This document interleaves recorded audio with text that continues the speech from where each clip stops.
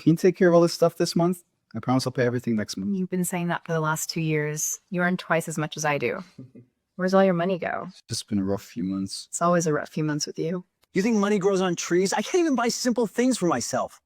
Yeah, hi, Mom. Yeah, I transferred $10,000 to your account. Don't tell her, okay? She thinks I'm broke. Why didn't you ask me before buying this $2 face wash? Dad, Mom isn't paid. She needs help. Hey, baby. Yeah, I just got it today. You'll love it when I take you for a drive. Narcissistic men only run out of money when it comes to their wife, you and children. They act as if you are spending thousands of dollars when all you may be doing is buying groceries for the family. In the rule book of hypocrisy, even diapers for their own children are considered a luxury, while they are more than happy to spend money on others just to appear financially capable. They always seem to have enough for everyone else. I'm talking about their mothers, siblings, friends, even strangers. But somehow, when it's their own family, they suddenly turn into victims of financial hardship. In their world, they can spend money however they want, but you will be audited for even a $2 shampoo bottle, as you saw, something as basic as a necessity. You may be responsible for every need, even though they may be earning 3 times more than you, and they make you feel like you do nothing. The reality is, they are the ones with a handsome salary, but they only take care of themselves. They'll send money to relatives who never worked a day in their lives, buy expensive cars, gifts for themselves and people outside the home, pay bills for their mother's house, or invest in ventures that make them look generous and important but may not be profitable. However, when you need something as their wife, maybe as simple as soap, or the children need school fees, they sigh and complain and withhold, because to them it sounds like charity. The truth is, it's not about money. It's about punishment. It's about absolute control. Their financial abuse does not stop here. They'll promise, oh, you pay this time, I'll pay you back later. But that later never comes. That is the trap. They will act like they are in some kind of financial crisis.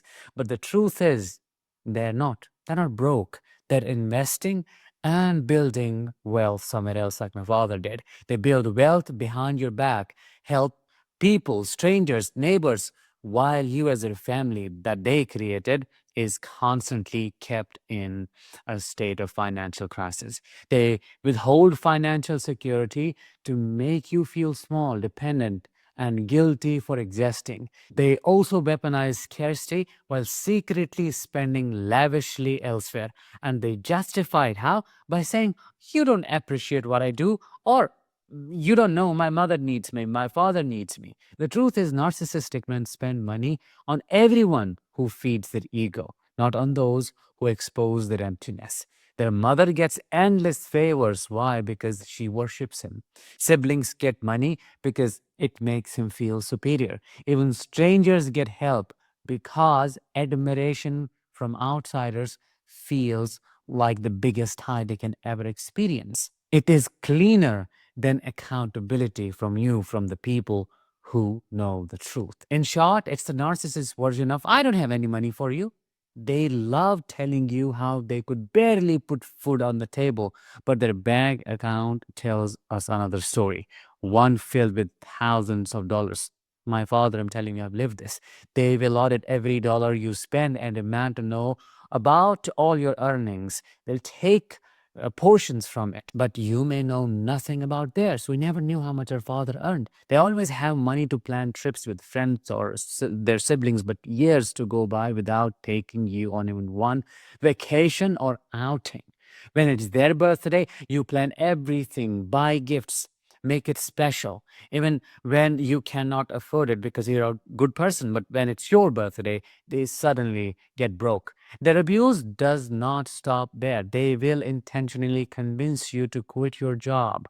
They'll promise to take care of you and the family. But once you do, they financially abuse you and make your life as miserable as possible. Even when it comes to their own children, They never have money, not even during critical medical situations. That is the reality of financial mayhem caused by these narcissistic men. It is not poverty, as I said, it's something else. Money is simply the instrument.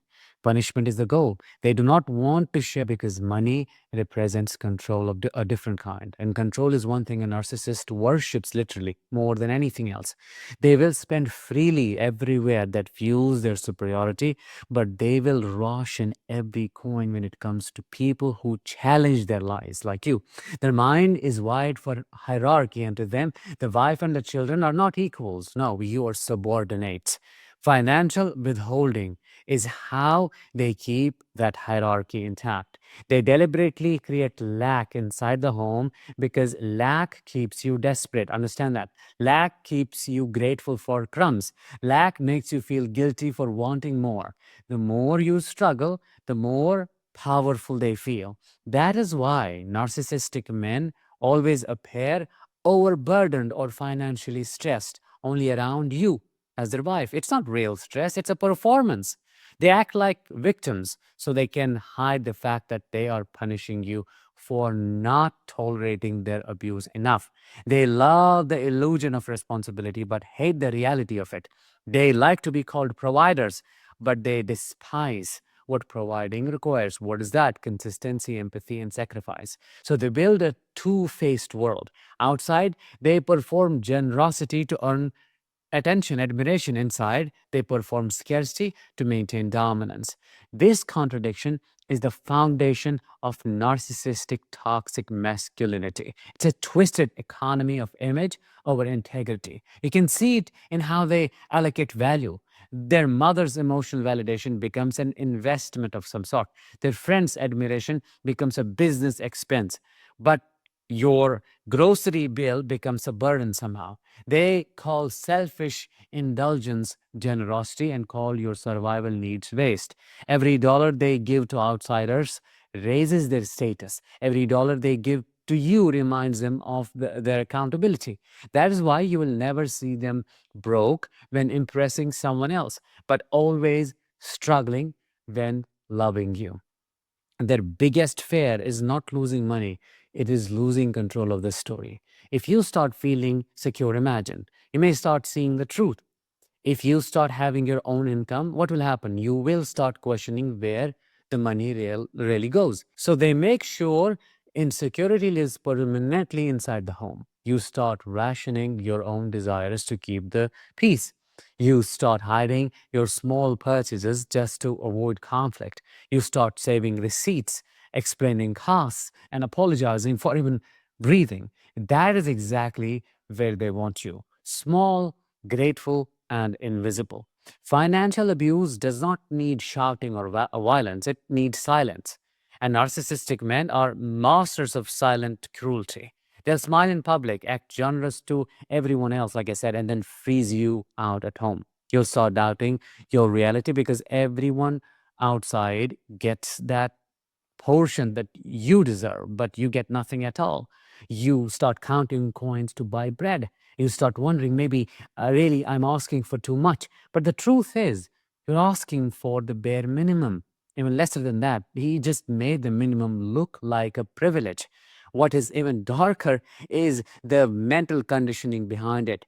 For a narcissistic man, love equals control. He does not give love, he gives dependency. He does not share security, he creates scarcity. He does not build partnership, he builds submission. That is the core of the system. Every financial decision is part of that architecture. If you depend on him, you can't challenge him. If you can't challenge him, what will happen? He never has to evolve. Behind every I cannot afford that right now lies a silent message. You don't deserve to know. You don't deserve it. That's how financial abuse turns emotional. It's not just about denying money. It's about denying worth. Over time, you stop asking and start adjusting. You stop expecting and start shrinking. You stop dreaming and start surviving. And that is when he knows the control game is complete.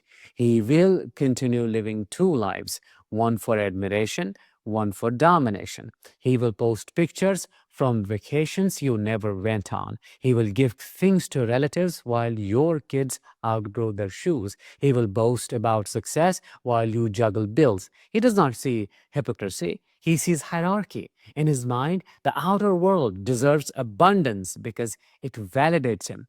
You and the children represent responsibility, and responsibility disdains him, it drains him.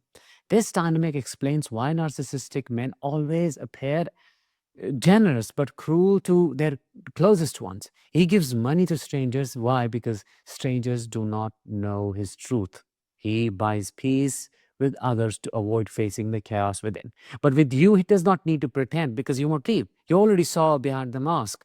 You saw the selfishness, and that's why you are now getting punished for knowing the truth. When you stop reacting emotionally, his next weapon is financial. He will tighten the budget, delay payments, create emergencies, and make you feel like you are being reckless just for asking. He will gaslight you into believing that money problems are your fault. You will start believing that love means sacrifice and that being a good partner means not complaining. That is how narcissists break strong people. It's not through physical abuse, it is through systematic deprivation disguised as duty. Financial abuse by a narcissist is like slow starvation. They don't kill you quickly, they just take away nourishment one piece at a time, emotional, mental, financial, until survival becomes the new normal. And can you tell me the most painful part? They don't even feel guilty. They truly believe they're justified. They tell themselves that you are just ungrateful and they are spending too much money on you, that they are doing everything alone. You tell me in comments, have you experienced that? It is a narrative they repeat until they believe it. Why? Because it protects them from remorse and keeps you trapped in shame. But underneath that fake narrative lies truth. Narcissists men exactly know what they're doing, as I've said before. They know where every dollar goes. They know how to perform hardship while hiding abundance. They know how to look like victims while playing gods. They crave admiration more than connection because connection requires honesty, and honesty, my dear survivor, terrifies them. Financial abuse is not just a tool, it is a mirror of their psyche. They withhold money because they are spiritually bankrupt. They control resources because they cannot control emotions. They punish those who love them because love exposes their darkness. Every time they deny you financial peace, they feed their internal narrative that they're powerful. Every time you feel guilty for needing, they feel superior for denying. Every time you go silent to avoid a fight, narcissist hears validation. The game is not about money, it's about dominance. But here's the truth they never see coming. The same control they worship eventually isolates them. The same greed they use to build status builds emptiness instead.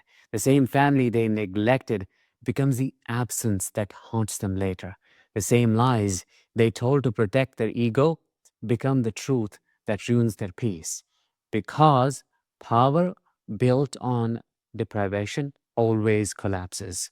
When you finally step out of that financial prison, they lose everything money cannot buy: your empathy, forgiveness, and energy. And when they realize that in any way that they cannot buy that back, that's when the real bankruptcy begins. With that, let's bring this episode to an end. Thank you so much for listening. I will talk to you in the next one. Until then, as always, let the healing begin and continue.